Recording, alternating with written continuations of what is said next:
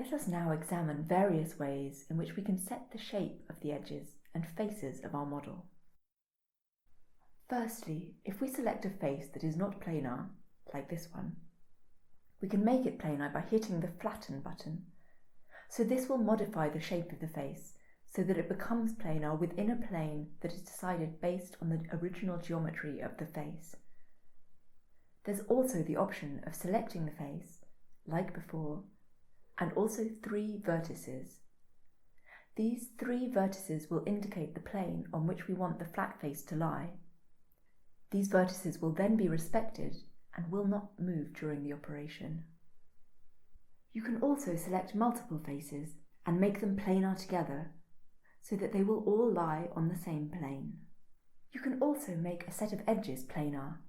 For example, here we select these 4 edges that form a loop and hit the flatten button, so they now all lie within a plane. Another way to change the shape of a face is through the inflate and deflate tools. Here I have selected a face, and every time the inflate button is hit, it will be inflated, or with the deflate button, deflated.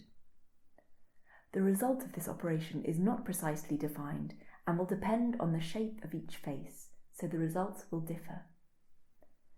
You can also directly inflate or deflate a face by clicking and dragging it. If you reach a limit, you will get a notification for that. In the same way in which we make a face planar, we can also make one or more edges linear by clicking the linear button. Once an edge is made linear, if you move the vertex at either end, it will remain linear until you explicitly change this property by directly manipulating the edge or by some other operation that requires this. If you select multiple edges to form a chain, you can make them collinear with this tool here.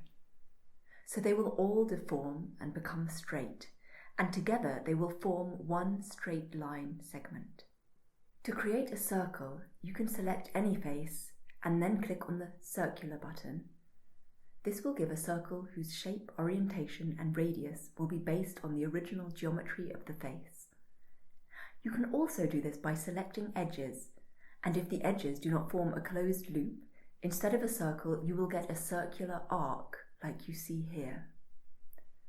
The arc will respect the original position of the 2 endpoints of the selected edges, and also the position of the one vertex in the middle, which you can select if there's more than one.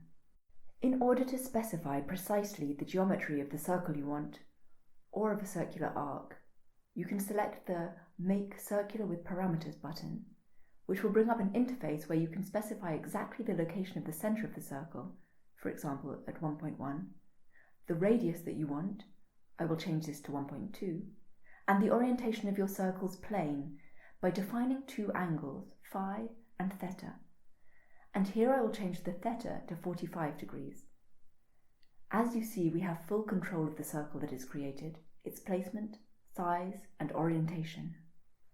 Finally, we have a tool for copying elements of our design. The first choice concerns copying entire bodies. We'll look at it in a future video. And the second one concerns copying edges. So in this case, I have a driving edge, which I select together with one of its 2 endpoints, and then I select 2 other edges with their corresponding endpoints, and when I hit the Copy button, the second and third selected edges will become proportional copies of the first one. So their endpoints are not moved, the edge dimensions are rescaled if necessary, but the shape will be an exact copy of the original edge that we chose.